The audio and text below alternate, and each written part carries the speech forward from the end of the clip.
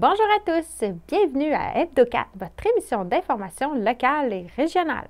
Voici la programmation pour notre édition du 11 mai. La soirée des 28e prix Éclan loisirs et sports de l'URLS Gym, des habitats connectés pour l'ombre de fontaine du sud de la Gaspésie, la tournée de recrutement de Vivre en Gaspésie, un projet d'amélioration des infrastructures à Pin-Rouge et la première édition des foulées Bruni-Surin à Port-Daniel-Gascon. Télévague vous souhaite une très bonne émission. Nous allons débuter avec la soirée des 28e prix Éclan loisirs et sports de l'URLS Gym qui s'est déroulée à Passepébiac le 3 mai dernier. Écoutons Julie Cyr, une conseillère en loisirs à l'URLS, nous en dire davantage sur ce fameux gala. Julie, c'est quoi la raison de la rencontre ici ce soir? Ce soir, c'est la 28e édition des prix Excellents Loisirs et Sports Gaspésie-Île-de-la-Madeleine. C'est une soirée annuelle qu'on organise à l'URLS Gym. C'est une soirée pour reconnaître l'implication des acteurs en loisirs et en sport, donc toutes les personnes qu'on connaît qui se démarquent par leur positivité, par leur leadership, par leurs idées créatives pour développer le loisir et le sport. On les invite ce soir pour venir recevoir un prix pour leur dire merci puis reconnaître tout leur travail. Pouvez-vous nous expliquer le déroulement de la soirée? Oui, dans le fond, les gens sont invités. On a un band sur scène qui est là pour jouer de la musique. Il y a aussi une présentation. On prend la peine de présenter chacun des lauréats pour les mettre en valeur, pour que les gens autour sachent toutes les belles choses qu'ils ont accomplies dans les dernières années. Donc, c'est vraiment une soirée, c'est sur scène, remise de prix, il y a de la nourriture, il y a de la musique, et puis chacun repart avec une œuvre d'art fabriquée spécialement pour l'événement, vraiment à titre de reconnaissance pour leur implication. Il va même avoir des petites vidéos surprises. Oui, c'est une soirée, on essaye de rendre ça un peu dynamique sur scène. Donc, il y a effectivement un mix d'entrevues sur scène, de vidéos surprises, tout ça pour essayer de rendre la soirée le plus vivant possible et le plus agréable pour toutes les belles personnes qui se déplacent pour la soirée. Alors, la municipalité de Grande-Vallée se distingue par son engagement vers le développement des loisirs et des sports pour ses citoyens. On parle d'investissements significatifs, là, entre autres l'aménagement d'un pump track, des jeux d'eau pour tous, une plage accessible. Et il y a d'autres projets à venir chez vous.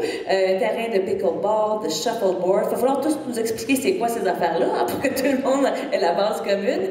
Des initiatives, en tout cas, qui témoignent de la volonté de Grande-Vallée de promouvoir un mode de vie sain et actif. Donc, une municipalité qui est à l'écoute de ces gens, vaillante, impliquée. Qu'est-ce qui motive, Nelson, votre municipalité à investir dans des infrastructures de loisirs de sport comme celles qu'on vient d'énumérer ici? Regardez, on est une petite municipalité, oui. On se sent de population et c'est pas tout le temps facile.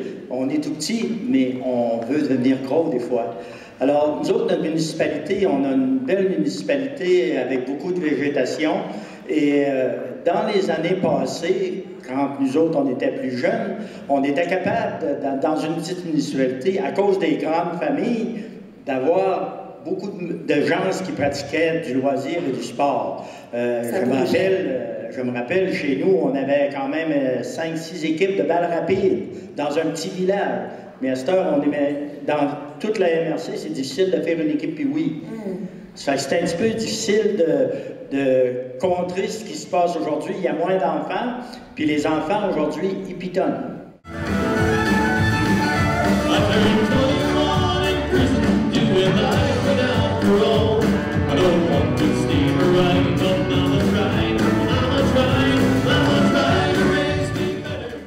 Il va y avoir combien de lauréats? Cette année, c'est 20 lauréats qui sont reconnus de partout en Gaspésie et même aux îles de la Madeleine. Donc, on a des gens de la Haute-Gaspésie. On a même quelqu'un qui s'est déplacé des îles de la Madeleine pour venir recevoir son prix. Donc, c'est vraiment c'est un événement régional qui couvre toute la région. On est content de les recevoir ce soir. Les lauréats, là, est-ce que c'est des individus ou des organismes? Oui, ça peut être autant des individus que des organismes. On a même une municipalité cette année qui s'est démarquée particulièrement pour leur investissement en loisirs et en sport. Donc, c'est vraiment de tout horizon. C'est des gens, des groupes qui se démarquent dans leur communauté, qui font des belles réalisations. Alors, il n'y a pas de catégorie en tant que telle, mais quand on peut penser à des gens qui s'impliquent dans le sport, donc dans les clubs sportifs, des coachs, des entraîneurs, des arbitres, des gens qui se démarquent dans ce sens-là. On a aussi, cette année, comme je le disais, une municipalité. On a aussi des organismes comme Cinébobine cette année, puisqu'ils fêtaient leur 50e anniversaire l'année passée. Donc, au niveau du loisir culturel, on a vraiment des gens de tous les horizons. Qu'est-ce que les lauréats vont recevoir comme reconnaissance? Alors ce soir, ils partent avec une œuvre de Denise Hudon, qui est une artiste située à Bonaventure. C'est vraiment une toile, un collage fait avec du papier fabriqué à la main, avec des teintures aussi faites à la main, avec des végétaux qu'elle a cueillis elle-même dans la baie des Chaleurs. Donc c'est vraiment tout un processus artistique très intéressant. Puis chaque œuvre est identifiée bien sûr là, au nom des prix excellents avec le nom du lauréat. Est-ce que l'URLS a des collaborateurs pour avoir organisé la soirée? Alors, c'est vraiment l'URLS Gym qui organise la soirée, bien sûr en collaboration toujours avec la ville hôte. Cette année, Passepébiac qui nous reçoit dans leur magnifique centre culturel. Puis à chaque année, on se déplace autour de la Gaspésie, donc chaque MRC est différente à chaque année. Bien, merci beaucoup. Ça fait plaisir. Le Conseil de l'eau Gaspésie-Sud est fier d'annoncer l'approbation de son projet d'habitat connecté pour l'onde de fontaine du sud de la Gaspésie, La Fazon. Catherine Dutil, biologiste et chargée de projet au Conseil de l'eau Gaspésie-Sud, nous présente les détails du projet. Présentement, sur les rivières du sud de la Gaspésie, est-ce qu'il y a des enjeux problématiques? On est chanceux, en fait, au niveau de la qualité de notre eau. On a une eau de super belle qualité dans nos rivières. Par contre, c'est peut-être au niveau des populations des salmonidés. Par là, j'entends évidemment le saumon atlantique qui est comme le roi de nos rivières, mais aussi l'omble de fontaine. Ces deux salmonidés-là sont quand même en déclin. Puis ça, c'est pas juste en Gaspésie, mais c'est aussi partout au Québec. Vous avez un projet à propos de ça? Oui, justement, notre but, c'est de reconnecter l'habitat de l'omble de fontaine. Avant d'embarquer là-dedans, je pourrais peut-être parler un peu de la problématique puis le pourquoi qu'on est arrivé à ce projet-là. Dans le fond, dans le sud de la Gaspésie seulement, on a à peu près 22 000 km linéaires de cours d'eau pour environ 24 000 km de chemin. Donc, ça arrive souvent que nos chemins croisent les cours d'eau. Puis, en fait, pour pouvoir traverser nos cours d'eau, on installe les traverses de cours d'eau. Donc, ça peut être des ponceaux, ce qu'on appelle aussi des calvettes, des ponts, et en fait, toutes sortes de traverses. Donc, oui, les traverses peuvent devenir désuètes avec le temps aussi, ce qui fait que ça bloque complètement l'habitat de l'omble de fontaine. Et ça peut même bloquer jusqu'à des centaines de kilomètres qui pourraient être propices pour un habitat, des refuges, sites d'alimentation, mais aussi de la reproduction.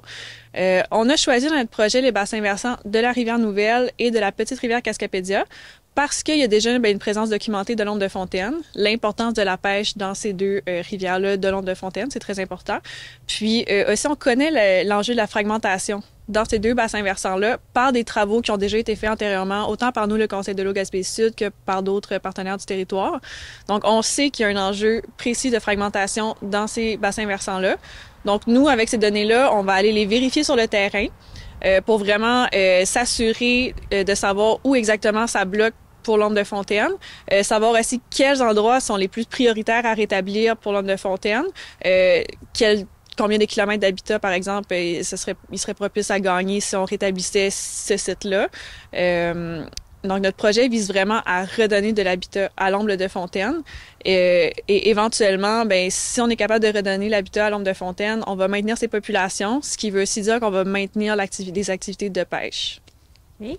L'omble de fontaine, là, c'est comme un nom pas vraiment commun. Pouvez-vous nous en parler un peu plus de ce poisson-là? Oui, communément appelé la truite. c'est quand on dit qu'on va pêcher la truite, on va pêcher l'omble de fontaine. Ça peut être d'autres espèces aussi.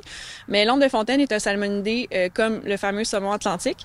C'est des espèces qui ont besoin d'un régime hydrique quand même assez particulier. Donc, ils ont besoin des eaux froides, bien oxygénées, ce que les rivières de la Gaspésie peuvent leur procurer.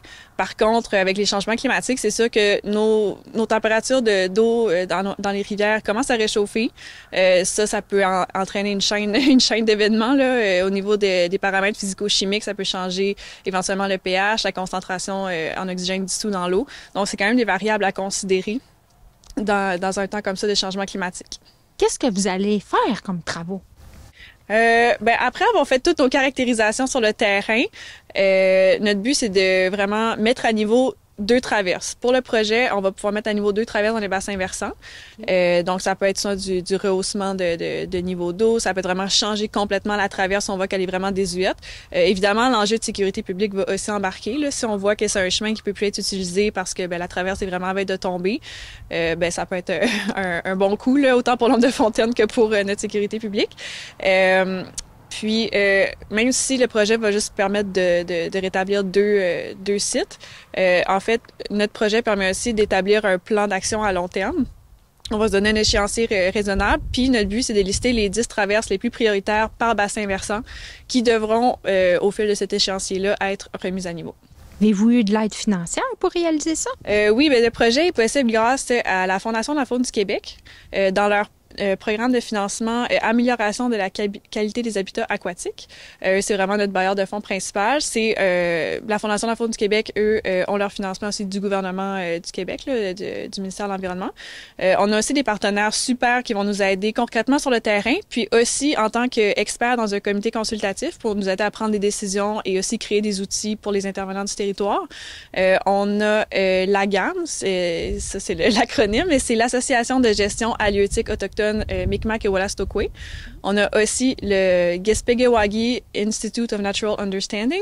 Ça, c'est deux organismes autochtones qui connaissent très, très bien le territoire, qui connaissent aussi très bien l'enjeu de fragmentation de l'habitat, pas juste pour l'onde de fontaine, mais aussi on travaille avec d'autres espèces. Donc, ils vont vraiment nous aider sur le terrain. Aussi beaucoup de transfert de connaissances. On a évidemment la ZEC de la Rivière-Nouvelle et la ZEC de la Petite-Rivière Cascapédia, qui sont deux partenaires aussi très importants. Les ZEC, ils connaissent bien leur territoire. Donc, nous, on connaît nos territoires quand même, mais on connaît pas tous les petits raccoins de chacun de ces bassins versants-là. Eux, ils vont pouvoir exactement nous guider. Là, c'est peu utile d'aller, c'est même pas accessible. Dans ces secteurs-là, ça pourrait être à prioriser parce qu'on connaît qu'il y a de l'onde de fontaine à ces endroits-là.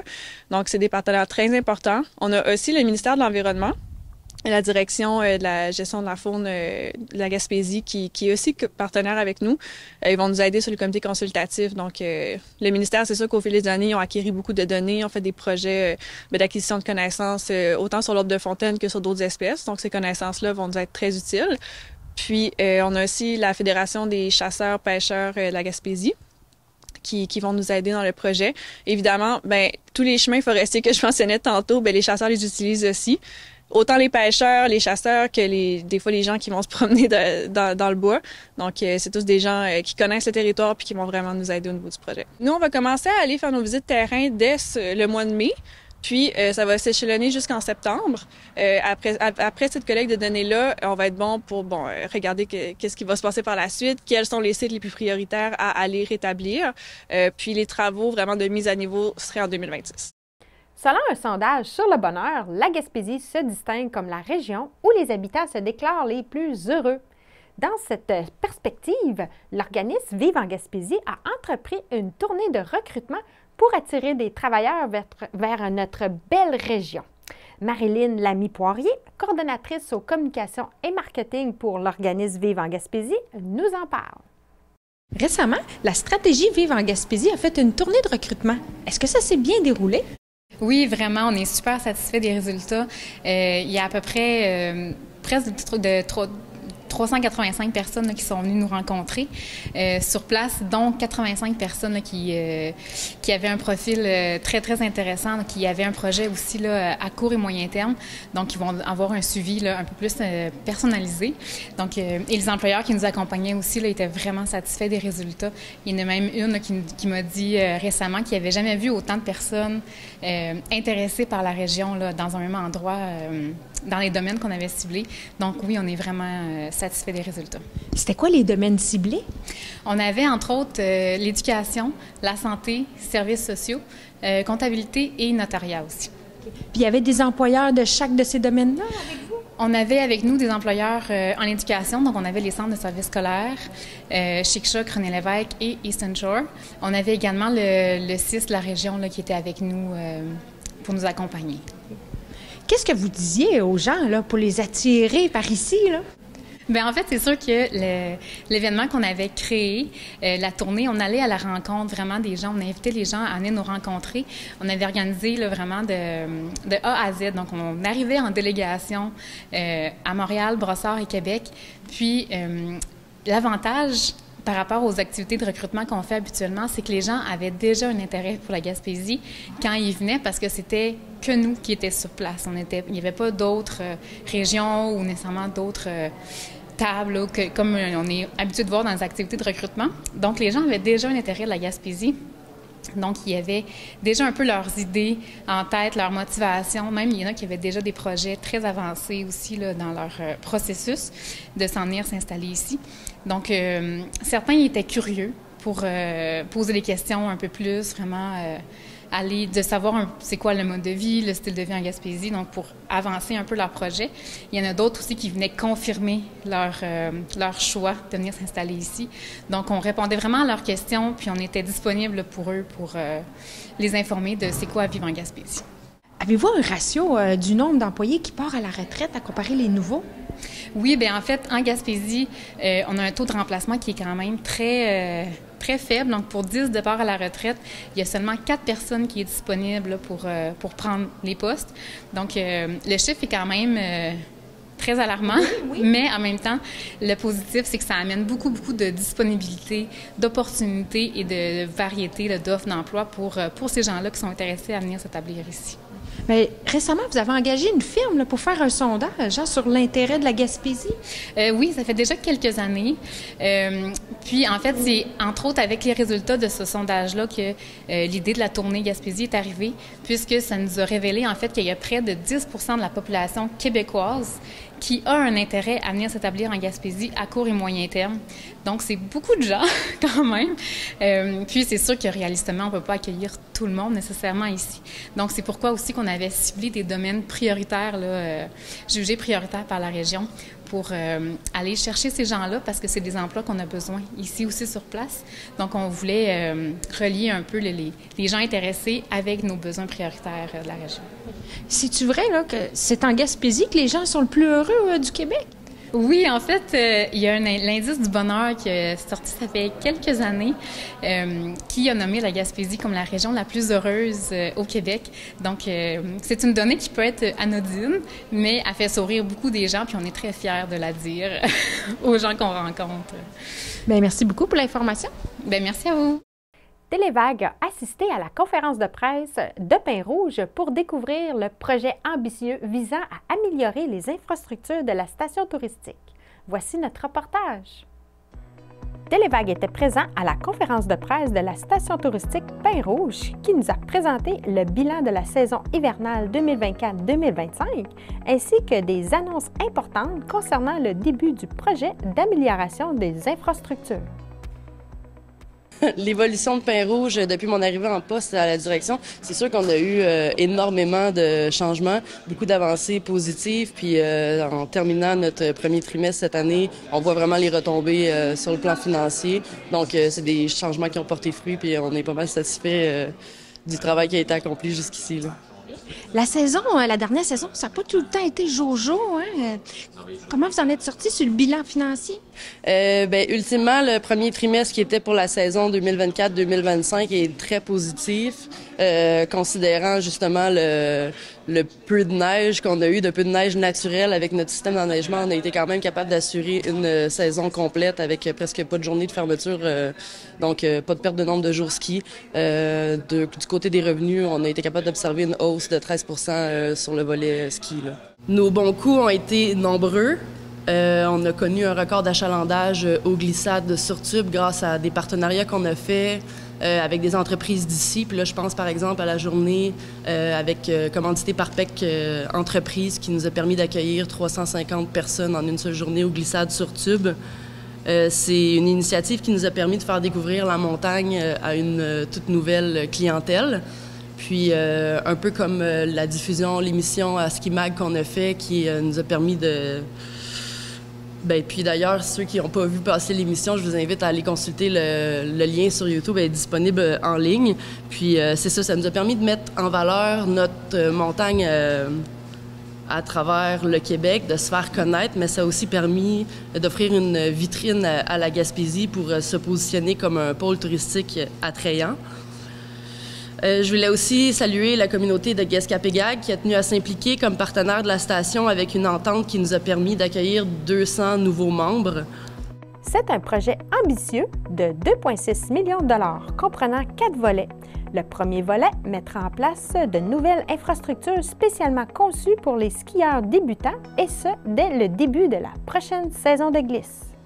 Le volet 1 était d'offrir une offre débutante moderne et sécuritaire pour favoriser l'accessibilité à la montagne puis l'initiation au ski, avec la création d'une toute nouvelle piste verte pour débutants, ainsi qu'une pente-école dotée d'une remontée de style tapis magique, et ce, dès la prochaine saison. On est très fiers d'annoncer que la pente-école portera la désignation de Pente-école La Desjardins pour souligner la grande implication de ceux-ci. Le volet 2, c'est la modernisation de notre village alpin, qui est en place depuis 2007 et qui a besoin d'un peu d'amour. Le volet 3, c'est le transfert technologique complet de l'enneigement mécanique.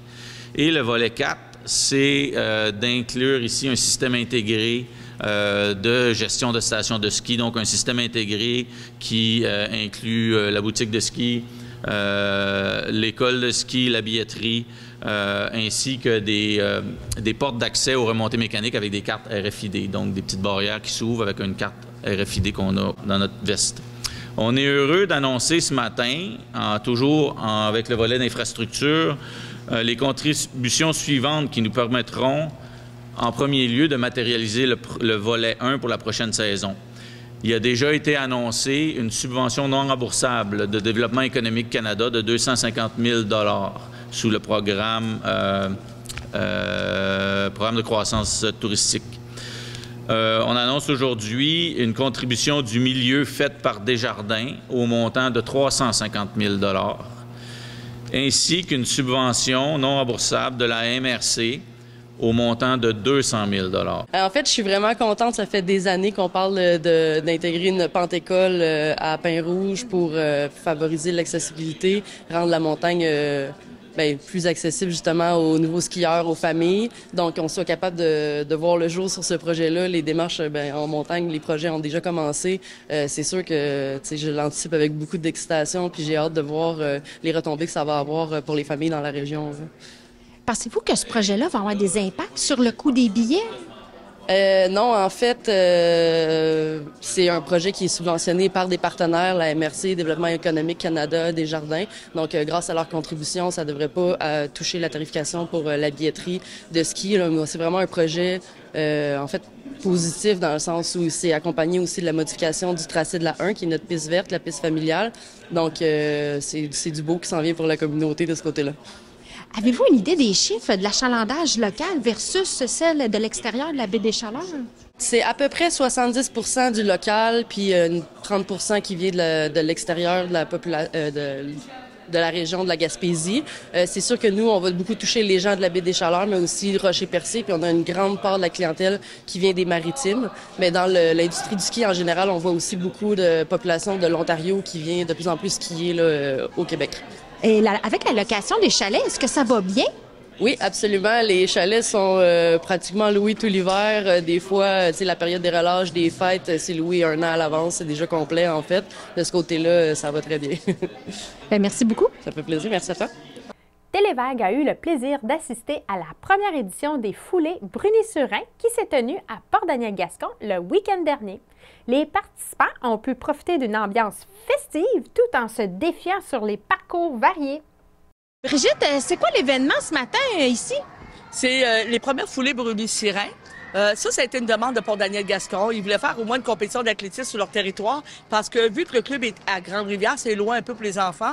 Donc, ils nous ont invité, les Lobsters, à faire un petit événement chez eux. Donc, c'est vraiment un événement fédéré par la Fédération d'athlétisme du Québec, qui est les premières Foulées Bruni-Surin qui se préparent dans toutes les municipalités du Québec. À peu près, il y a des compétitions Bruni-Surin. Le programme de Bruni-Surin, c'est sa première fois en Gaspésie?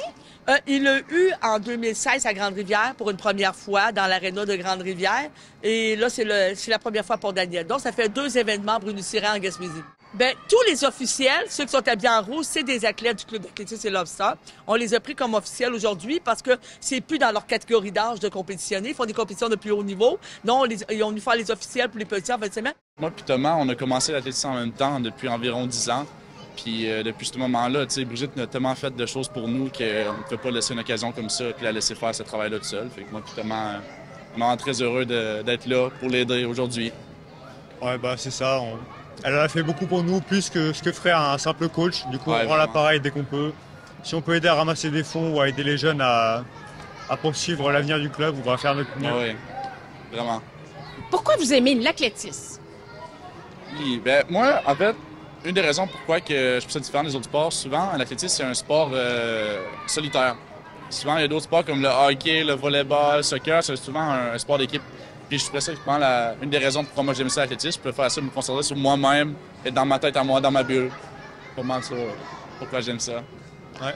Je trouve en fait c'est un beau sport parce que tout le monde est là pour soi, donc c'est vraiment, on se concentre sur soi-même, c'est du développement personnel. T'as un peu moins d'esprit d'équipe, mais en contrepartie, tout le monde est gentil. Ça, ouais, vraiment. Tu vois rarement des gens s'énerver. À chaque fois, c'est des belles courses, beaux lancers, tout le monde est solidaire. Puis souvent, ça encourage. Puis souvent dans la compétition, en fait, on s'aide entre nous. T'sais, on donne des petits des tips qu'on appelle là, pour s'aider à faire une meilleure course, un meilleur lancer. On est tous solidaires quand même en compétition, même si c'est juste pour nous qu'on fait ça. Aujourd'hui, c'est ce qu'on appelle un combiné de 4 épreuves, dont les jeunes, il y avait le 40 mètres pour tout le monde. Pour les grands, les minimes, il y avait aussi le saut en hauteur, le lancer du poids et le 600 mètres. Pour les plus petits, les autres, c'était le saut en longueur sans élan, le 300 mètres et le 40 mètres. C'est ça. Donc, dans le fond, ils font 4 épreuves par groupe d'âge. C'est de quel âge à quel âge, les jeunes? Ça commence de 6 ans, aller jusqu'à 13 ans, mais aujourd'hui, on a accepté des 5 ans. C'était quoi ton épreuve préférée? Le saut à longueur. Tu penses-tu que tu vas continuer à faire de l'athlétisme des fois?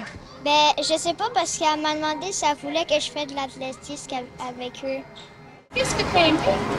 Mais lâcher le poids. Est-ce que t'as aimé ton avant-midi? Oui. C'est quoi que t'as aimé le plus? Faire la course. Est-ce que tu vas revenir à faire de l'athlétisme? Ma mère peut-être va m'inscrire. Moi, c'est le 300 mètres. Moi, c'est le 300 mètres parce que j'aime ça, genre courir avec les jeunes des fois. Quand ils arrêtent, je trouve que ça les encourage à continuer. Ouais. Moi, c'est le 300 mètres. Moi aussi. Parce que ça encourage les jeunes à pousser plus vite qu'ils pensent. Faites-vous partie du club de l'athlétisme? Oui. C'est quoi votre spécialité, votre meilleure épreuve? Là, pour cette fois? Moi, c'est le demi-fond. Moi, c'est le demi-fond. Le demi-fond. C'est quoi, c'est le demi-fond? Ça me dit rien. Ben, c'est une course que c'est des longues longueurs, mais des longues longueurs longtemps, genre 6 tours, 1200. Genre, faut que tu cours longtemps, faut que tu aies du souffle. C'est de l'endurance. Ben, c'est un sport d'équipe, puis ça encourage les jeunes à faire plus de sport.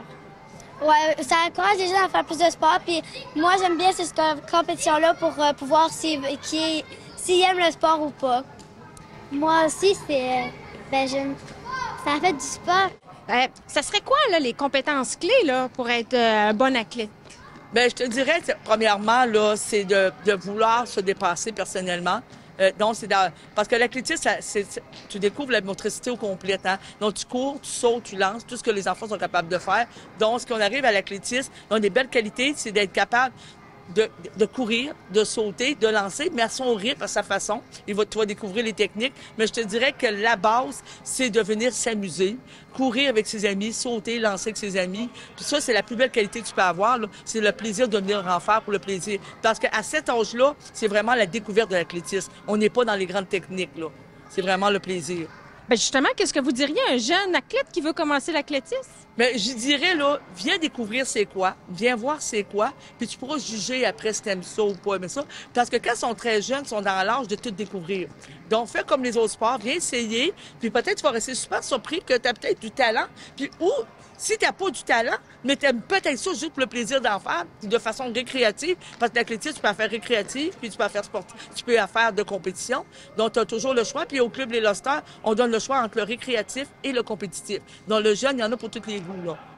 Moi, j'ai trouvé ça vraiment amusant. Les professeurs, puis tout ça, les arbitres, ils ont été vraiment très gentils. Ils sont vraiment très socialisés. Ils aiment jouer avec les enfants. Puis on s'amuse, puis on s'améliore dans nos cafés ici. Est-ce que tu penses que tu aimerais ça faire de l'athlétisme, toi? Ben ouais, moi j'aimerais bien m'inscrire, c'est vraiment très amusant. C'est quoi ton épreuve préférée un matin? C'était le poids, c'était vraiment amusant avec le prof du poids. Il arrêtait pas de rire, puis on s'amusait vraiment. Ceci conclut notre édition d'Hebdocat du 11 mai. Merci beaucoup pour votre écoute et rendez-vous la semaine prochaine pour une nouvelle émission. Passez une bonne semaine!